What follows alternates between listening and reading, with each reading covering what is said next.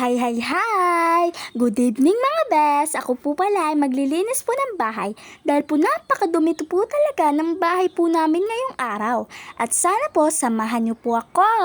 Ang ate ko lang po pala ang kasama ko po dito at dahil tulog po siya makakalinis po ako ng maayos at wala pong nakakadistract sa paglilinis ko po.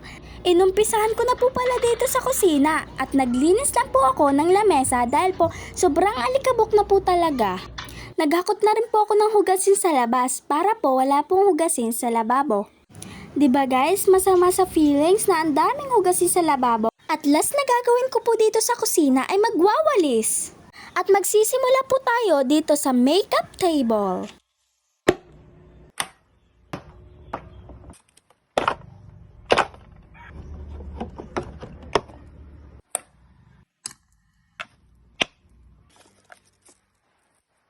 At ito po ang after ng paglilinis po natin sa makeup table. May nabago ba, bes?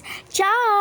At magtitiklop naman po tayo mga da at magwawalis na rin po. At dito naman po tayo sa terrace at napakadumi po talaga dito. Super dumi, parang binagyo. Char! At nagpagbag na rin po ako ng sopa dahil po napakaalikabok po talaga. Super dumi. Then pagkatapos po, dito naman po ako naglinis sa kabilang sopa. Inayos ko lang po dito yung sapin sa sopa dahil po napakaalikabok po talaga at pinapagpag ko lang po yung sopa. Pagkatapos po, dito naman po ako naglinis dahil po nahulog po yung flower at nagulo rin po yung sapin. Kaya po pala kami naglalagay po ng sapin para iwas dumi rin po. Then, mag-aayos nga po ako ng mga tsinelas para po walang matulisod po pag may dumaan. Para din po malinis tignan.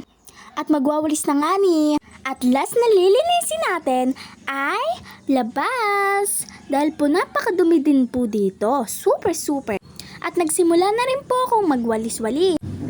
At naglilig na rin po ako para lahat ng halaman ay hindi malanta.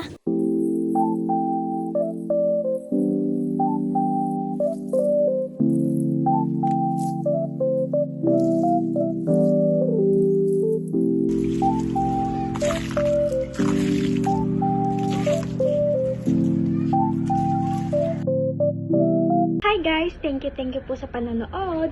Bye-bye!